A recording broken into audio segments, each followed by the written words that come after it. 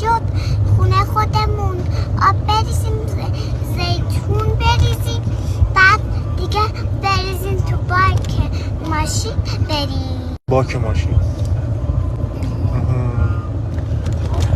خوبه دیگه.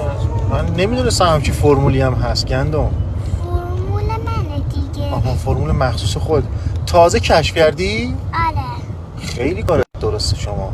تو ایران از این زیتونا نیستش، ولی اگه تو ترکیه خریده باشی آب مخصوصشم بخری. آب چی شو؟